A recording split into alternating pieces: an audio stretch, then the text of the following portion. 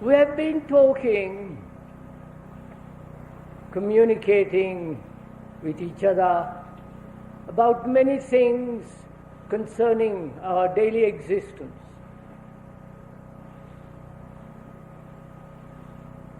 And I think this morning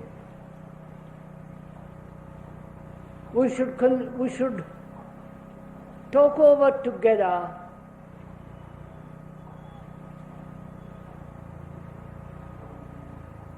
the problem of religion.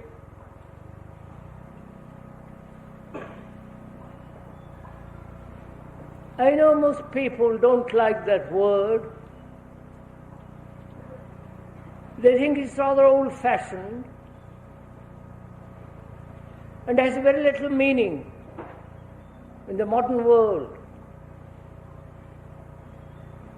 There are the weekend religions.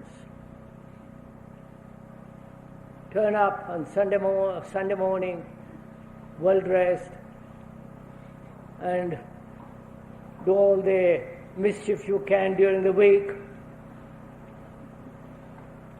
and so on. When we talk about use the word religion, we are not in any way concerned with organized propagandist religions, churches, dogmatism, rituals, and the authority of the saviors and representatives of God and all the rest of that stuff. We are talking about something quite different. I'm sure most human beings, both in the past and the present, have always asked if there is something more, much more transcendental, real, than the everyday existence with all its tiresome routine, with its violence and despairs and sorrows. If there is something more, and not being able to find it, they have begun to invent, imagine, worship a stone, a tree, or an image, giving to that symbol a great significance.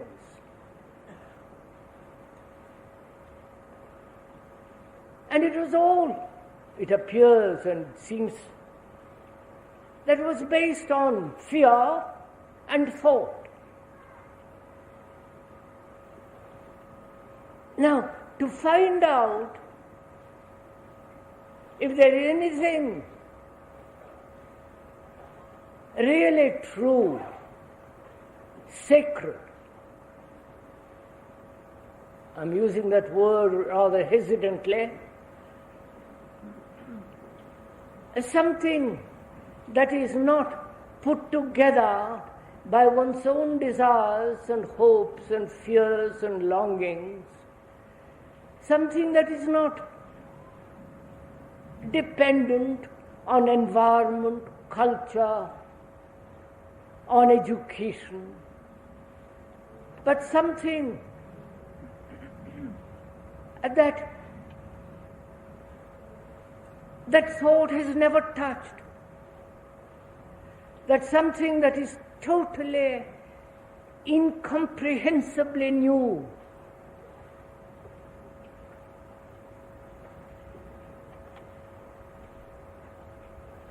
And to find that out,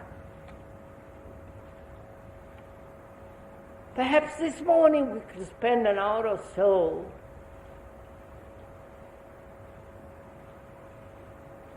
in inquiring into that, trying to find out whether there is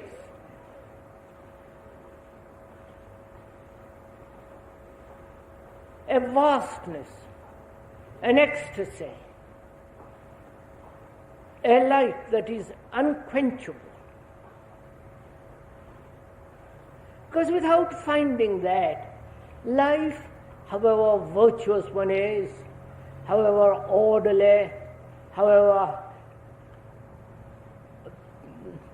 non-violent one is, in itself has very little meaning.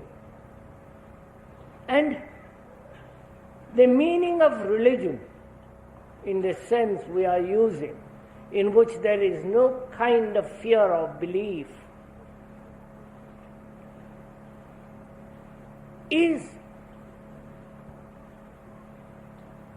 the quality that makes for a life in which there is no fragmentation whatsoever.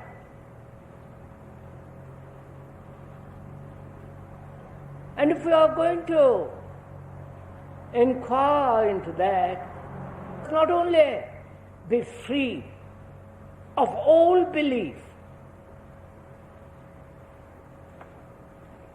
and also one must be very clear the distorting factor of all effort, direction, and purpose. Please do see the importance of this, because we are talking over together, sharing together, understanding together. And if you are at all serious in this matter, it's very important to understand how any form of effort does distort a direct perception.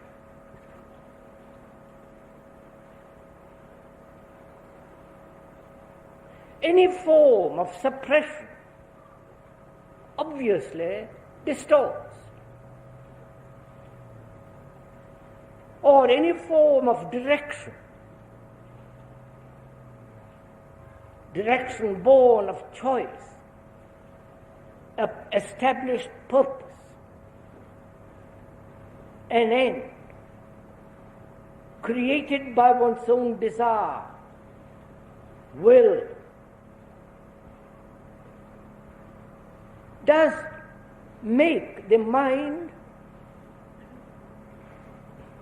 not only distorted, utterly incapable of seeing things as they are.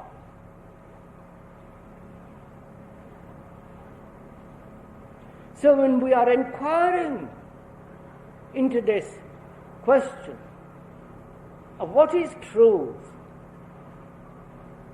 if there is such thing as enlightenment,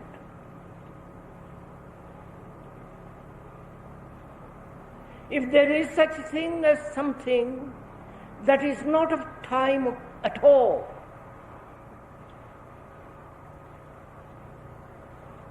if there is a reality that is not dependent on one's own demands,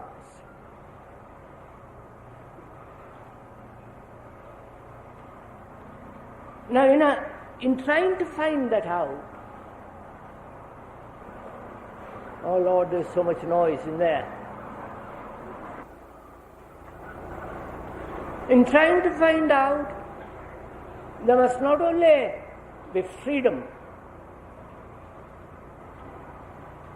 but also certain quality of order.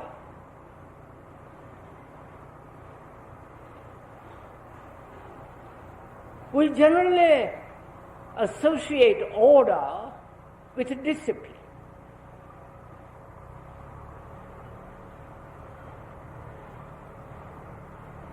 Discipline being conformity, imitation, adjustment, suppression, and so on, drilling the mind to follow a certain course, certain pattern. what it considers to be moral. That is generally understood as discipline. And that is diametrically opposite of order.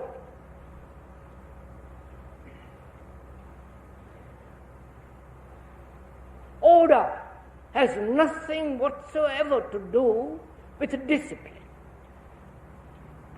Please do follow this little while. Give your attention. We are sharing together. So I don't have to repeat. Please do pay attention to this.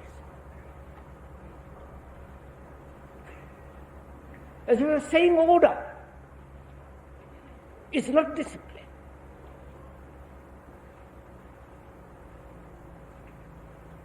Order comes about naturally and inevitably when we understand all the disturbing factors, when we understand the disorders, the conflicts, the battles that are going on within ourselves and outwardly. When we are aware of all this, the disorder, the mischief, the hate, the violence, the ambition, the comparative pursuit, and so on, which all creates not only social disorder, but inward disorder. When we understand this disorder, look at it, become aware of it, then out of that awareness comes order, which is nothing whatsoever to do with discipline. But you must have order.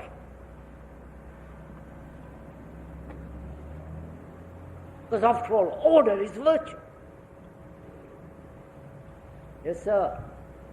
You may not like that word virtue. After all, virtue is not something to be cultivated. If it is a thing of thought, will, suppression, it is no longer virtue.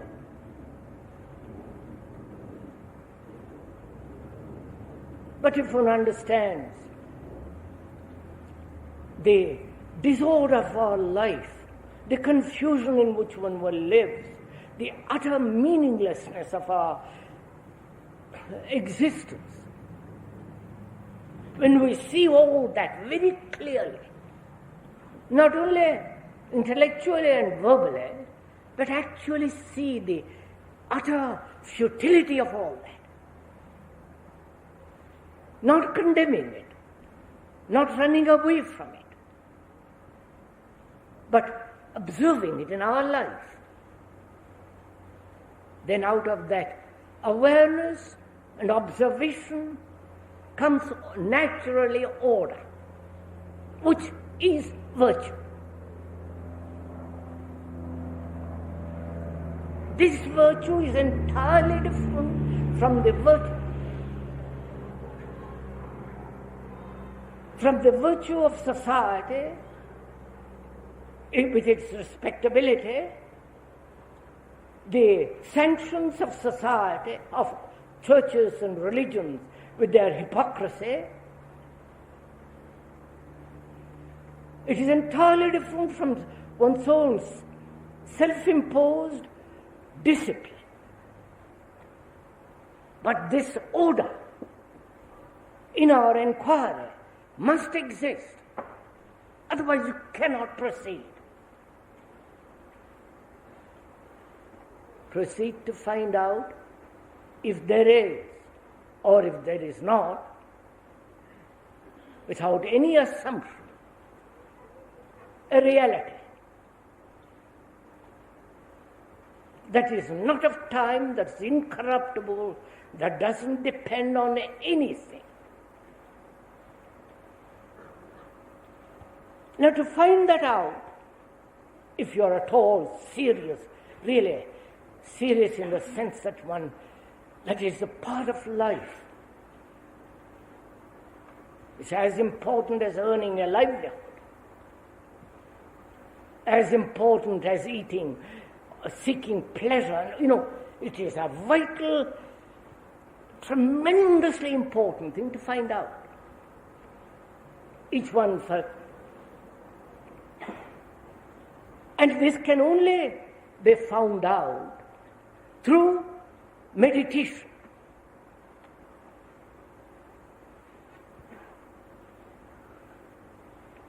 That word meditation the dictionary meaning of that word is to ponder over, to think over, to inquire, to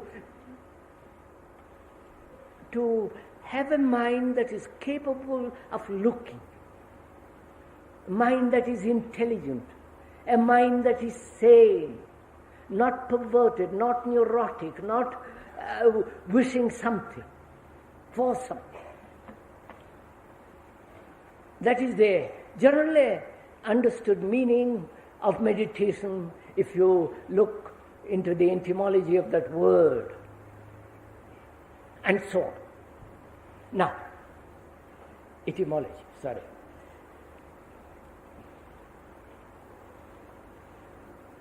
Now we are going to together inquire into this. What is meditation? And if there is any method, any system, any path which you can pursue and come to the understanding or perception of reality. You're following all this? Unfortunately, people come from the East with their bag of tricks.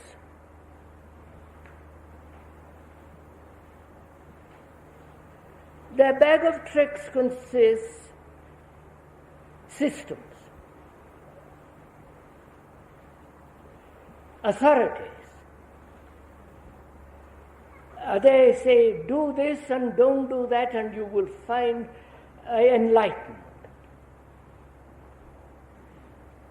Practice Zen. Some of you have done all these tricks. Or go to India or Japan and spend your years studying it, disciplining yourself, trying to become aware of your toe and your nose and your eyes and all the rest of it. Day after day, practice endlessly. Or repeat certain words. The Sanskrit word for that is mantra.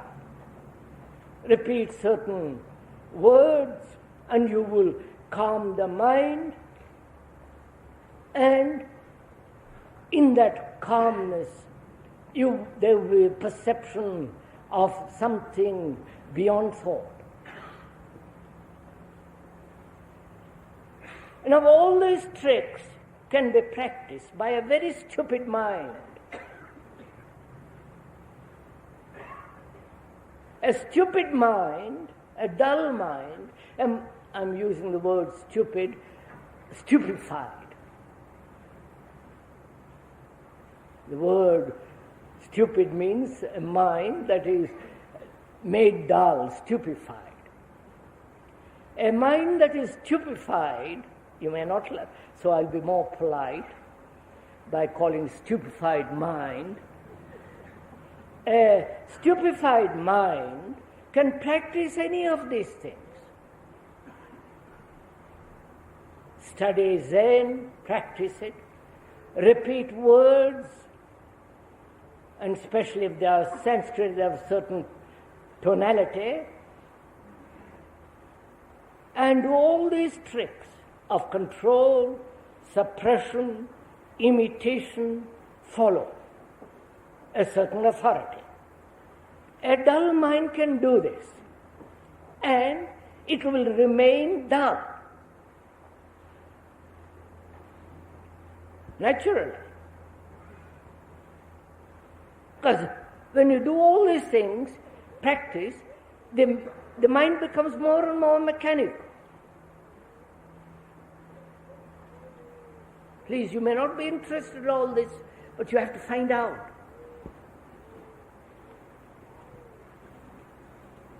Because after you have listened very carefully, you may go out in the world and teach people. That may be your vocation. And I hope it is. And so if you're going to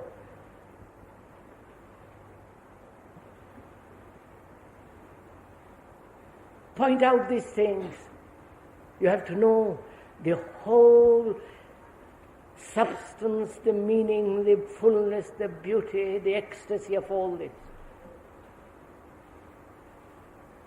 So a dull mind, a mind that has been stupefied by practice, cannot possibly under any circumstances whatsoever understand what is reality. So one must be completely, totally, everlastingly be free of all this.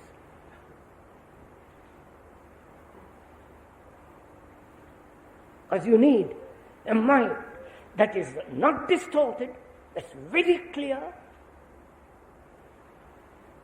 that is not blunted, that is no longer pursuing a direction, a purpose.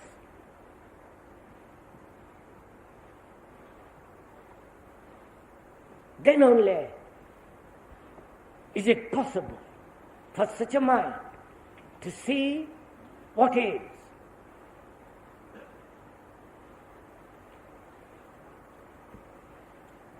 In this state of mind, there is no experiencing at all. Experience implies there is an entity who is experiencing.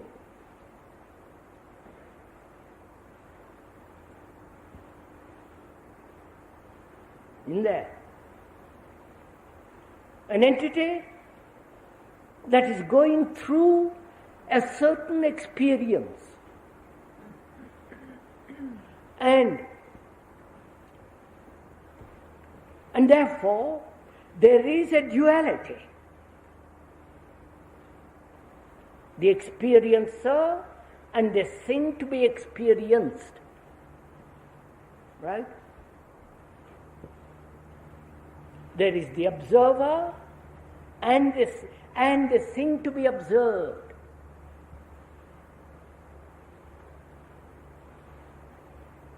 That is, most of us want some kind of deep, abiding, marvelous, mystical experience. Because our own daily experience is so trivial, so banal, so superficial. We want something mysterious, something that is electrifying.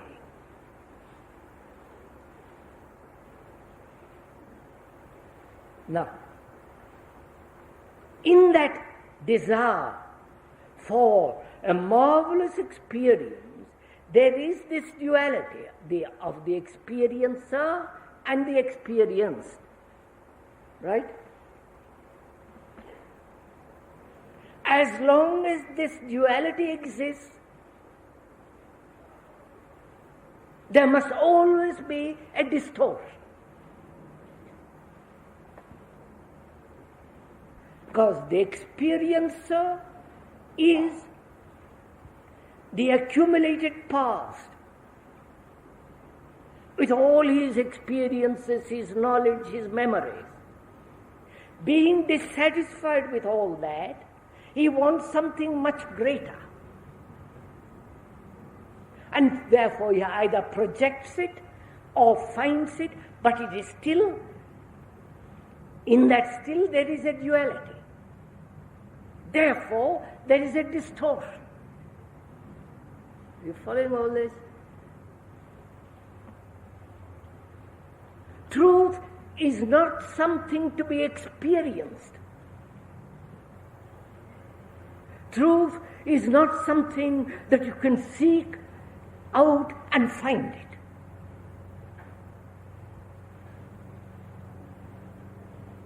That which is beyond time. Thought cannot possibly inquire, search it out and grasp it.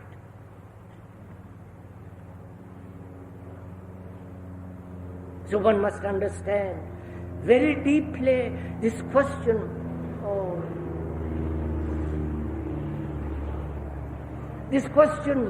of experience and wanting experience. That's our trade. So please understand this. Do please see this tremendously important thing.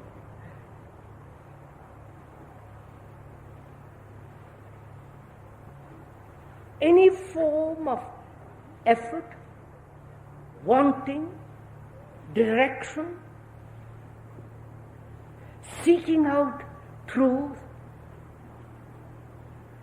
and the demand for experience is, in that, there is a duality. The observer wanting something transcendental,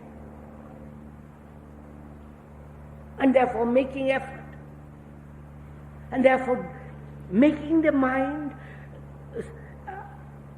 not clear, pristine, non-mechanical.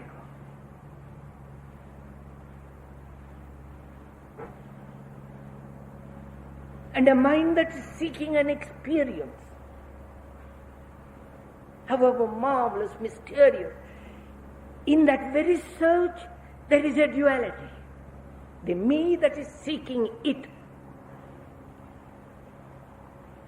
The me is the past. With all the frustrations, miseries, hopes, disgusts, all that is seeking. Therefore, in that there is a distortion. Then there is the whole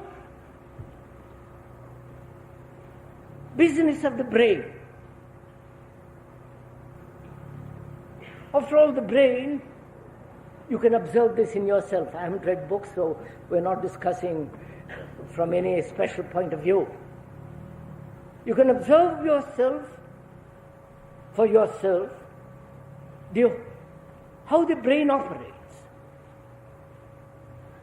The brain is the result of the past, of time, of experience.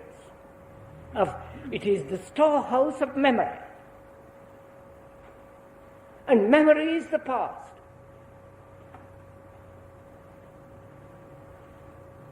And this memory responds, all the time responding, of like and dislike, justifying, condemning, and so on. Responding all the time, according to its conditioning,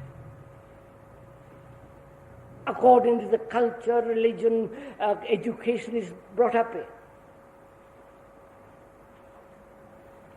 That storehouse of memory from which thought arises guides most of our life.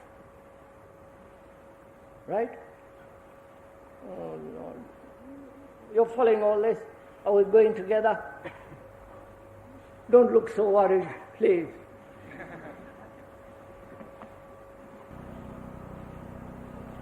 We have been talking